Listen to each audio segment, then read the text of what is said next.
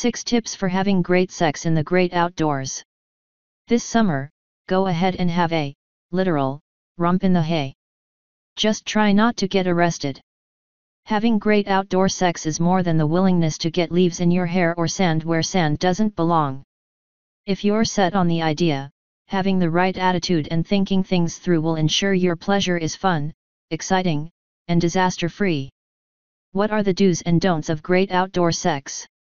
We've polled the hive mind of my social media to find out the joys, practicalities, and downright dangers of having sex in the great outdoors, all learned the hard way. Let other people's experiences be your guide to nature. 1. Don't get caught. Part of the excitement of having sex outside is the danger of getting caught or being seen. It feels naughty and brazen. But the reality of getting caught is the opposite of sexy, especially if it's by a child who happens upon you and yells, "Mommy!" What are they doing, while pointing at you from 5 feet away? Don't be that couple. Gross. Speaking of getting busted, don't get busted. Unless being arrested for lewd conduct is on your sexual bucket list, know the laws in your city, state, and even the whole country. In general, stay away from public schools, pools, parks, and any place a cop can pull up on you faster than you can pull up your pants. Even if no one calls the cops, your activities could end up on the internet, which might be worse than getting arrested, depending who you ask. Outdoor sex is all about the adventure and the urgency. Home is full of laundry and unwashed dishes, whereas your local forest is full of dappled sunlight and sturdy trees to hold onto. 2. Location, location, location. Now that we've established the difference between natural, outdoor sex and creepy public sex, here are some great places to commune with nature. The woods. According to my friend, in the olden days only the rich had sex inside because they were the only ones who had private rooms. Everyone else did it in the local forest. Your local forest is, in fact, a great place to have sex. You're alone, relatively hidden, and no one can hear you through thin walls because there are no walls. It's the perfect place to let your wild side go. Actually, the forest is so rich with life, some people are bathing in it. The beach, warm, soft sand lies splayed in undulating curves under an open sky. Salty, primordial scents waft through the air. Waves relentlessly rush in and pull out, over and over. Are you getting the picture? The beach practically screams sex. Pick a deserted spot away from the crowd, get under that beach towel, and go for it. You're nearly naked anyway, right? Don't waste this opportunity. Under the stars, what's more romantic than being alone with your boo under a canopy of stars against a night sky? Nothing, that's what. If you have a nice fire going, even better.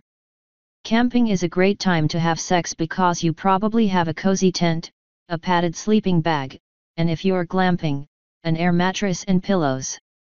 In the water, if you're lucky enough to have a swimming pool, look no further than your own backyard for some submerged fun.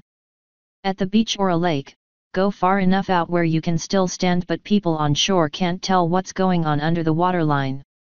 Not recommended for people freaked out after seeing Jaws, though.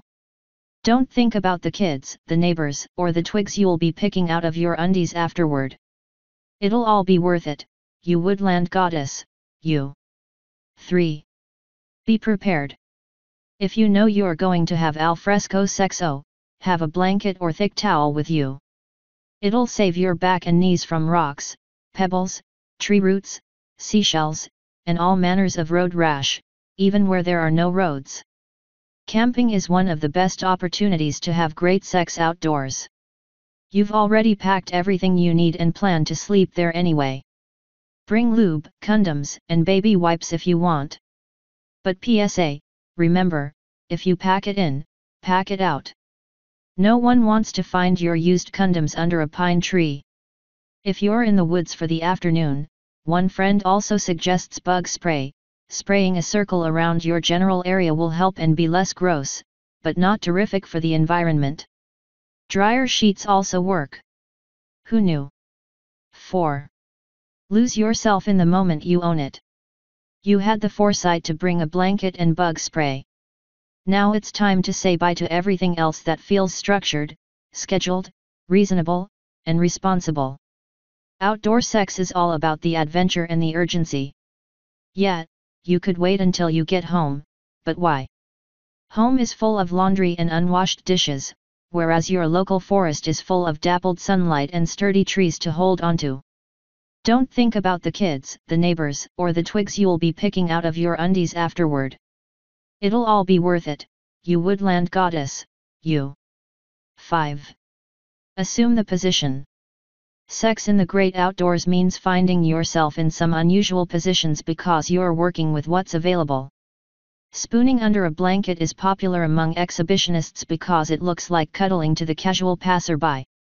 Tree hugging isn't just for environmentalists.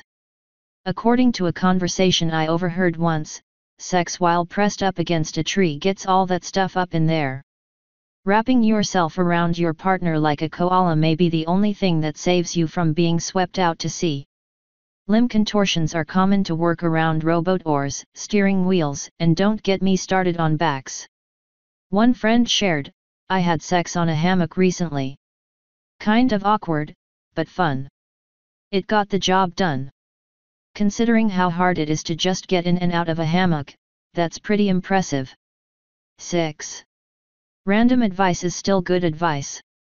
Here's some good advice from a Facebook friend: if you're on a cliff, next to a body of water, don't kick your wallet off of the cliff.